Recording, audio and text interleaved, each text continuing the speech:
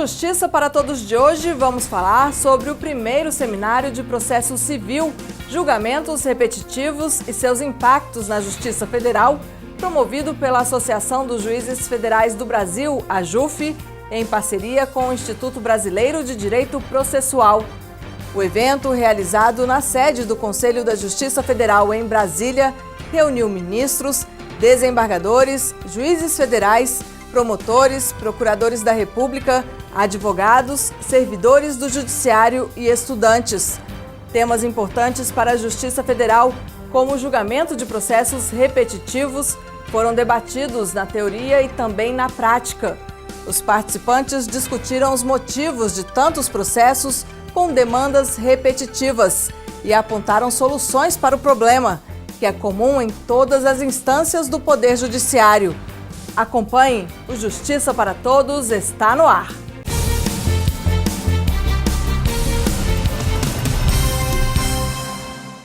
A Associação dos Juízes Federais do Brasil realizou o primeiro seminário de processo civil, julgamentos repetitivos e seus impactos na Justiça Federal, em parceria com o Instituto Brasileiro de Direito Processual.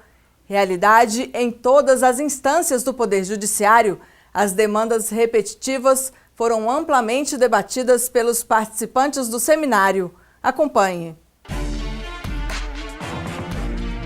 80 milhões de processos tramitam atualmente no Poder Judiciário brasileiro.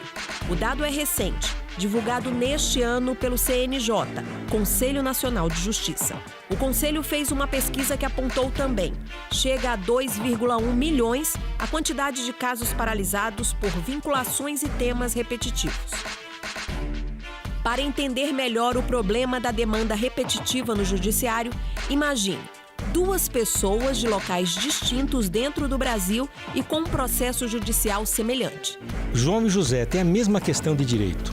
Os dois têm uma ação, por exemplo, contra o INSS, visando a recomposição do seu benefício de aposentadoria em estou imaginando um exemplo, 4,6%. A situação é idêntica. Eles se aposentaram no mesmo dia, com o mesmo benefício, com o mesmo tempo de trabalho, etc, etc, etc. Não há nenhuma diferença na situação de direito de um para o outro. Um ganha e um perde. Mas como? Esses sujeitos nunca acreditarão no sistema, porque lhes parecerá sempre que terá havido uma injustiça. Quando eu vou julgar uma causa cuja tese já esteja fixada pelo Superior Tribunal de Justiça ou pelo Supremo Tribunal Federal, eu fico vinculado àquele entendimento. Então isso vai trazer o quê? O que a gente defende? Primeiro, previsibilidade, né? Segurança jurídica, que o sistema processual e o sistema de justiça não pode ser uma loteria. Você entrar com um processo, duas partes entram com o mesmo tipo de processo e tem decisões conflitantes. Isso depõe contra o nosso sistema.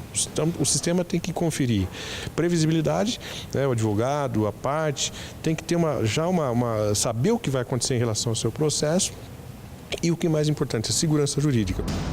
Os julgamentos repetitivos são uma realidade em todos os ramos da justiça. Na Justiça Federal não é diferente. O problema preocupa, e muito, quem julga e sabe que o cidadão espera uma resposta rápida. Daí a ideia de realizar um seminário só para tratar disso. Apontar os possíveis gargalos, apontar as possíveis soluções. O objetivo do evento é estudar a sistemática de julgamento de recursos repetitivos e como isso vem operando efetivamente no âmbito da Justiça Federal brasileira. O evento foi uma iniciativa da JUF, Associação dos Juízes Federais do Brasil, em parceria com o IBDP, Instituto Brasileiro de Direito Processual. Todos os interessados em ouvir opiniões e trocar experiências foram conferir de perto. O encontro foi no auditório do Conselho da Justiça Federal e recebeu o nome de Primeiro Seminário de Processo Civil, Julgamentos Repetitivos e seus impactos na Justiça Federal. Inicio agradecendo a Associação dos Juízes Federais do Brasil, por seu presidente, o juiz federal Fernando Mendes, e o Instituto Brasileiro de Direito Processual, por seu presidente, doutor Paulo Henrique Lucon, e a organização do evento também, o doutor Nilton Ramos, pelo gentil convite que nos formulou para participar deste primeiro seminário de processo civil. Os números por si só falam da relevância desse tema, não é? E em particular em relação à Justiça Federal. Temos que, evidentemente, pensar numa prestação jurisdicional voltada para a segurança jurídica, que é o pilar de sustentação do processo repetitivo. A primeira reflexão apresentada foi a do advogado e doutor pela PUC de São Paulo, José Miguel Garcia Medina. Logo de início, ele abordou as atribuições dos tribunais. Para alguns, os tribunais superiores desempenhariam função pública e apenas os tribunais superiores, que alguns chamam de cortes supremas, seriam cortes de precedentes. E os tribunais regionais federais, e assim também os tribunais de justiça dos estados, eles já não teriam preocupação com a criação e aprimoramento dos precedentes, porque a eles incumbiria apenas se vergar aos precedentes concebidos pelos tribunais superiores. Por fim, disse que a chegada do incidente de resolução de demandas repetitivas no novo Código de Processo Civil, em vigor desde 2016, trouxe uma mudança na forma dos tribunais analisarem os precedentes. No outro ponto, nós devemos também falar da atuação dos tribunais de justiça dos estados e tribunais regionais federais, que são também, ou funcionarão também como cortes de precedentes, quando julgam o incidente de resolução de demandas repetitivas e o incidente de assunção de competência. Essas decisões, à semelhança daquelas proferidas pelo STJ e pelo Supremo, quando julgam recursos especiais repetitivos, extraordinário repetitivo ou com repercussão geral reconhecida, no caso do extraordinário para o Supremo, as decisões proferidas pelos tribunais locais, quando julgam o IRDR ou o IAC, têm também força vinculante. É interessante observar que há muitos pontos de contato. Se talvez num primeiro momento a gente conseguisse separar com muita nitidez onde se admite o IAC, onde se admite o IRDR, com a prática, com o que a gente tem visto no dia a dia, a gente percebe que esses mecanismos têm muitos pontos de contato, porque ambos dizem respeito a questões relevantes. Ambos, de alguma maneira, ligam-se preponderantemente, no caso do IAC, com a segurança jurídica, mas também com a isonomia, e preponderantemente, no caso do IRDR, com a isonomia, mas também com a segurança jurídica. Isso está na lei.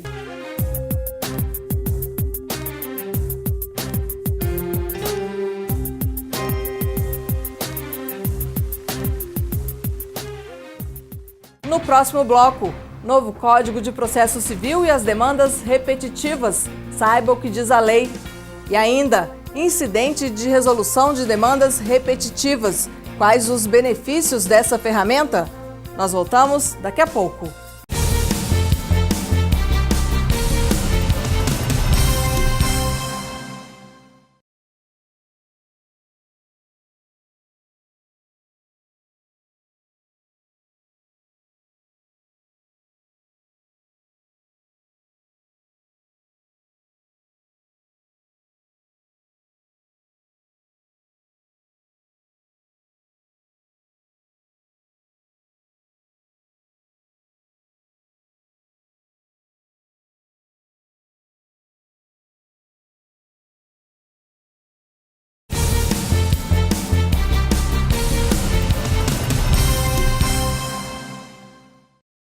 O primeiro painel do seminário que discutiu a questão dos julgamentos repetitivos na Justiça Federal tratou do chamado IRDR, Incidente de Resolução de Demandas Repetitivas.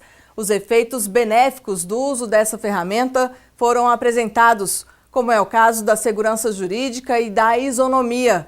Temas como repercussão geral, precedentes vinculantes, efeito suspensivo e prevenção de litígios também foram debatidos. Acompanhe a reportagem.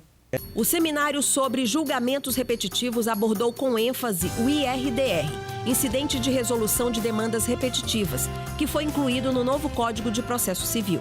A ideia do IRDR, isso está escrito na lei, no dispositivo que o regula no Código de Processo Civil, é sempre que houver multiplicidade de processos com idênticas questões de direito, que o tribunal fixe a tese, significa decida a tese e distribua essa tese, aplique essa tese em todos os processos pendentes, inclusive futuros, que tratam daquela tese. O seminário foi o momento de realizar um balanço do novo Código de Processo Civil e avaliar os impactos do IRDR e do incidente de assunção de competência na Justiça Federal. Estatisticamente, a gente consegue perceber resultados importantes, né, desse novo sistema de precedentes qualificados. Isso é possível ver através de resultados tanto no STJ como no Supremo Tribunal Federal. Mas ainda penso que há necessidade de uma preocupação maior com o tempo do processo para a resolução desses processos em precedentes qualificados. O tempo do processo passa a ser um inimigo para a mudança cultural efetiva desse novo paradigma de precedentes vinculantes. A advogada Estefânia Viveiros classificou o IRDR como uma ferramenta positiva. Ela ressaltou o novo olhar que o advogado deve ter diante dessa novidade trazida pela lei. Na parte da visão da advocacia, no momento que nós temos a afetação do IRDR, nós advogados deveríamos fazer uma análise de viabilidade da causa, de possibilidade de acordo, de viabilidade econômica, financeira, ou seja, quais são os reflexos que de fato aquela decisão pode gerar pelo número de clientes. O desembargador federal Aloysio Mendes, do Tribunal Regional Federal da 5ª Região, lembrou que o novo CPC é uma lei recente, só com 2 anos de promulgada. Falarmos com 2 anos e meio do Código de Processo Civil, é claro que já é algum tempo razoável, mas ainda é um tempo também curto, digamos, para termos um balanço ainda mais profundo, mais amplo, em termos principalmente das inovações que ele trouxe. E quais os reflexos da repercussão geral e dos recursos especiais repetitivos na Justiça Federal? Se as instâncias ordinárias, e insisto, inclusive a administração pública, veem em decisões dos tribunais superiores e do Supremo Tribunal Federal um caráter normativo, ou seja, se sentem vinculadas, se sentem obrigadas a seguir aquela decisão prolatada, normalmente no plenário, ou se sentem apenas induzidas, persuadidas a seguir essa orientação. Desde que foi criada, a repercussão geral mostra evolução na função que exerce nos processos. E hoje, o que é a repercussão geral? A repercussão geral hoje, na verdade, ela é o conteúdo dos ritos repetitivos. Ela é um dos conteúdos do rito repetitivo. Por que isso? Porque a própria legislação processual, a alteração de 16 no Código de Processo Civil, ela cada vez mais aproximou os dois. Quando fala da reclamação para recurso repetitivo, ela fala também da repercussão geral junto, dando a entender realmente isso, que a repercussão geral ela evoluiu, não é mais um filtro individual, ela é hoje um conteúdo também dos recursos repetitivos. O que isso significa? Significa que o Supremo Tribunal Federal, quando vai apreciar se uma questão tem ou não tem repercussão geral, o que ele faz? Aplica o rito do repetitivo na prática. Para Alexandre Freire, ainda sobre a evolução da repercussão geral, trata-se de um método de gestão. A repercussão geral, em um primeiro momento, foi visto como um filtro, como bem destacou o Osmar, de admissibilidade, quantitativo e qualitativo. Porém, a repercussão geral, ela foi criando eu posso colocar para vocês de forma bem objetiva, ela foi criando contornos próprios na sua operacionalização no Supremo Tribunal Federal. Eu diria para os colegas que, no meu modo de entender, hoje a repercussão geral é um grande método de gestão processual. O presidente do Instituto Brasileiro de Direito Público ressaltou que a demora da tramitação processual não é um entrave da atualidade. De acordo com ele, faz tempo que a realidade é essa. Isso leva o cidadão a lidar com uma espera angustiante. Há uma grande preocupação com a suspensão dos processos. Toda vez que tem uma suspensão, é uma crise no processo. Porque, no fundo, o processo é um método para a resolução de um conflito. E quando se suspende, no final das contas, o cidadão que espera aquela prestação jurisdicional não está recebendo. Então, nós temos que rediscutir essa questão da suspensão por prazo indefinido, porque se espera a definição da tese pelos tribunais superiores e há uma massa imensa de processos que fica paralisada. Precisamos repensar e criar mecanismos para tentar dar uma prestação jurisdicional célere ao cidadão. Outro foco do seminário, os precedentes vinculantes, fazenda pública e a prevenção de litígios. Excepcionalmente, um julgado de tribunal, diante de uma ação ou recurso, precisa criar uma tese nova para dar a solução para aquele caso concreto. Quando isso ocorre, aquele julgado de tribunal não é um mero julgado, ele passa a ser um precedente, porque ele criou uma tese jurídica nova.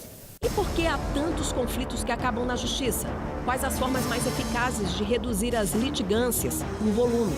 A realidade brasileira é única no mundo, na quantidade de processos que nós lidamos no dia a dia. Isso é uma grande dificuldade também vivenciada pela advocacia pública, né? Então, o sistema de precedentes brasileiros, ele tem uma grande missão. E acho que todos juntos temos que debater para que ele cumpra o objetivo final, que é de uniformizar a jurisprudência e mantê-la estável, íntegra e coerente, como diz o artigo 926.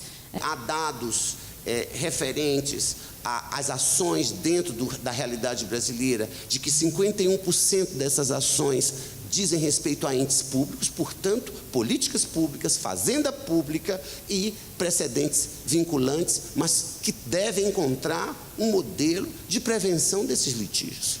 Por que eu estou trazendo isso? Porque essa prevenção, ela não vai se dar por obra e graça do Supremo Tribunal Federal, nem do Superior Tribunal de Justiça. Essa prevenção vai se dar nos conflitos judicializados, sim, numa perspectiva de 11%, 12% dos processos judicializados, podendo chegar a 20%, 25%, 35% em toda a justiça brasileira.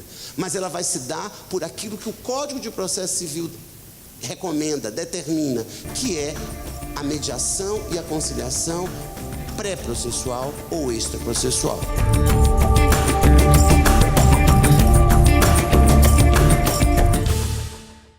Daqui a pouco, conheça o Núcleo de Gerenciamento de Precedentes e a importância que ele tem para a redução de processos em tramitação. E mais, participantes do seminário que discutiu as demandas repetitivas apresentam métodos que podem aumentar a celeridade processual. Nós voltamos em instantes.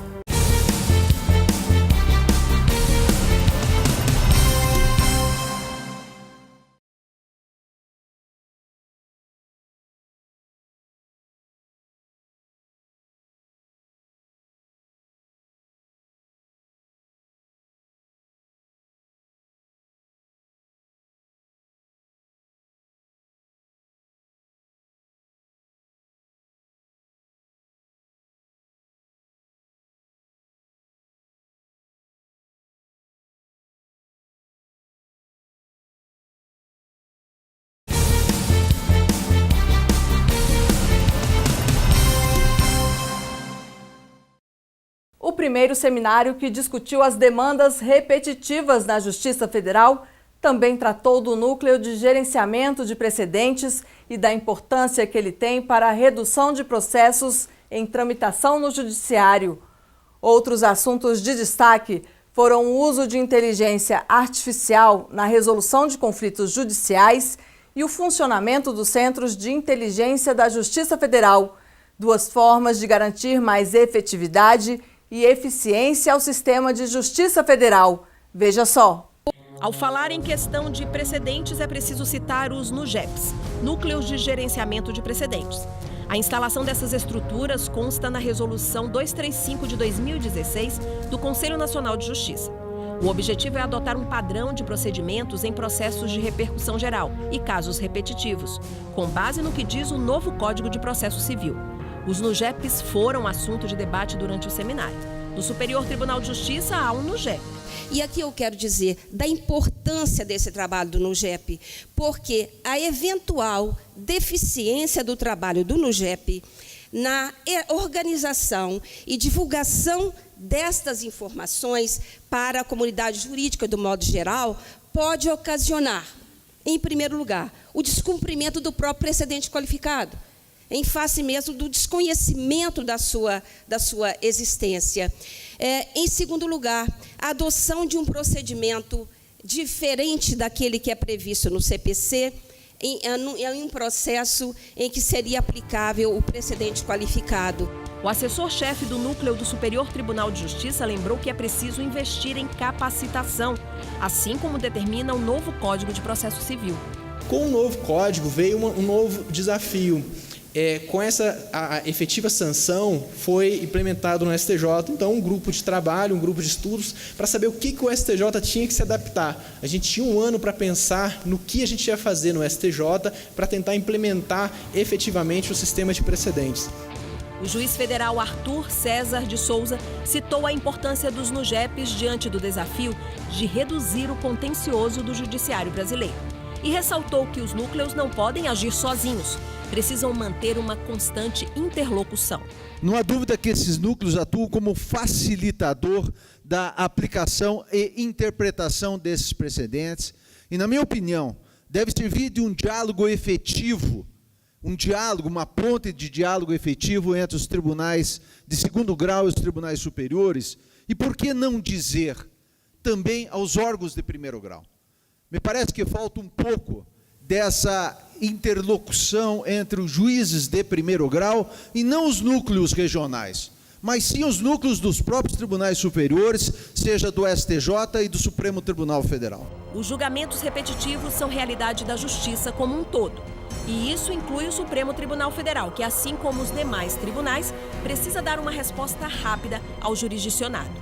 A sociedade quer e cobra do Poder Judiciário a previsibilidade das suas decisões, a segurança jurídica que advém dessa previsibilidade, e isso é fundamental para o desenvolvimento do país, para a garantia da segurança de todos nós, no sentido de sabermos e ter uma previsão do que possa acontecer. Inteligência artificial, expressão muito usada nos últimos anos, presente em diversas áreas. Uma inovação que pode ser resumida da seguinte forma: treinar máquinas para imitar o raciocínio humano. A tecnologia começou a ser usada pelo Poder Judiciário.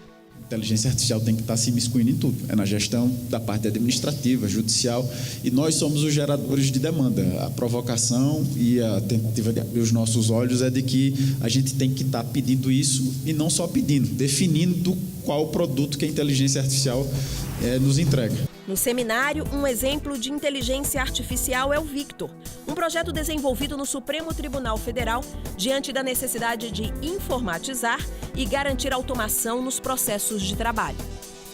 Para treinar inteligência artificial precisa de uma quantidade elevada de repetições para o treinamento, e nem todos os temas de repercussão geral no Supremo têm essa quantidade elevada de repetição, mas nós temos identificado em torno de 40 temas. E para esses temas, ter um sistema que agrupasse os processos e indicasse que talvez aquele tema de repercussão geral seja aplicável nesse caso. Mas ele tem um impacto que um trabalho que é realizado por um servidor em meia hora, analisar a peça, separar a peça, identificar a peça, etc., meia hora para poder fazer isso, 5 segundos ele faz esse trabalho. Os Centros Nacional e Locais de Inteligência da Justiça Federal. Não haveria momento mais apropriado para tratar dessa iniciativa voltada a prevenir as demandas repetitivas. 1 ano de funcionamento, e a cada oportunidade é preciso divulgar o trabalho, mostrar as vantagens e justificar a importância cada vez maior. Os centros de inteligência, eles não têm a finalidade de atuação jurisdicional em nenhum momento. Isso não existe. O que nós vamos trabalhar é a cientificidade daquelas questões complexas e buscar soluções construídas de forma coletiva. O presidente do Superior Tribunal de Justiça encerrou o primeiro seminário sobre os impactos dos julgamentos repetitivos na Justiça Federal. Queria falar um pouquinho da filosofia do recurso repetitivo, ou da filosofia que coloca o recurso repetitivo como um instrumento não apenas de unificação da jurisprudência brasileira, mas, sobretudo, como um instrumento de vinculação das decisões dos tribunais superiores. Parece-me que a consciência brasileira começa a se abrir no sentido de que não basta uniformizar a jurisprudência no STJ, não basta reconhecer relevância e julgar as causas relevantes do Supremo, não basta o STJ dar a última interpretação da lei federal, se no primeiro grau, ou se nos tribunais regionais federais, ou nos tribunais de justiça, tudo isso é abandonado para cada um julgar segundo a sua livre convicção. A balbúrdia que está estabelecida no Brasil decorre exatamente disso, por não se observar o sistema jurídico implementado. Reunir os profissionais do direito para tratar dos julgamentos repetitivos foi uma maneira de mostrar que ninguém está de braços cruzados. Cada um tem feito sua parte para agilizar a tramitação processual. Esse evento organizado pela AJUF e pelo Instituto Brasileiro de Direito Processual é extremamente importante, porque é uma integração da magistratura com a advocacia, com a academia, no sentido de aperfeiçoarmos os julgamentos desses casos que têm repetição na justiça. E com isso nós darmos maior segurança, maior transparência, maior eficiência e maior segurança jurídica para a sociedade brasileira. O judiciário, nós estamos cada vez mais trabalhando no sentido de, ao uniformizar a jurisprudência, seja nos tribunais superiores, em relação à lei federal, seja no Supremo Tribunal Federal, em relação à Constituição, trazer esses julgados para toda a magistratura para que ela aplique esses precedentes. Estamos investindo na tecnologia da informação, inteligência artificial, na identificação desses casos repetitivos e estamos debatendo exatamente com a magistratura, com a advocacia, com o Ministério Público, com a Defensoria Pública, advocacia privada, essas ferramentas que poderão permitir uma maior rapidez nos julgamentos, uma maior eficiência, uma maior celeridade. O seminário levou conhecimento, atualizou conceitos, provocou a reflexão e mostrou iniciativas a serem compartilhadas e experimentadas em prol de uma justiça mais ágil. Excelente, muito bom. Eu acredito que a AJUF sempre promove excelentes seminários e aqui, mais uma vez, procurando atualizar os juízes, né, do pensamento das cortes superiores. O evento trata de um tema, como disse a vocês, um tema instigante, um tema desafiador. É um tema relativamente novo no nosso ordenamento jurídico e é um tema que veio para ficar, porque na sistemática atual o processo vai depender, com certeza vai depender da gestão de precedentes e certamente da busca de novas formas para que esses precedentes possam implicar em benefício à sociedade. A gente precisa racionalizar, definir quais são as principais teses e a partir daí trabalhar com o centro de inteligência que tem essa finalidade e o que hoje nós temos aí que foi discutido ao longo dos painéis, o nosso sistema de inteligência artificial, que vai também conferir o quê? Uma agilidade a esse sistema, vai otimizar a atuação do Poder Judiciário.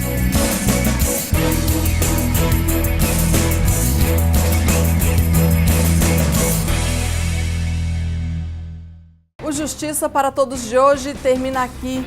Participe do programa, envie sua sugestão para a imprensa@juf.org.br. Você também pode assistir ao programa pela internet, na página da JUF ou no canal da associação no endereço youtube.com/tvajuf. Obrigada pela sua companhia.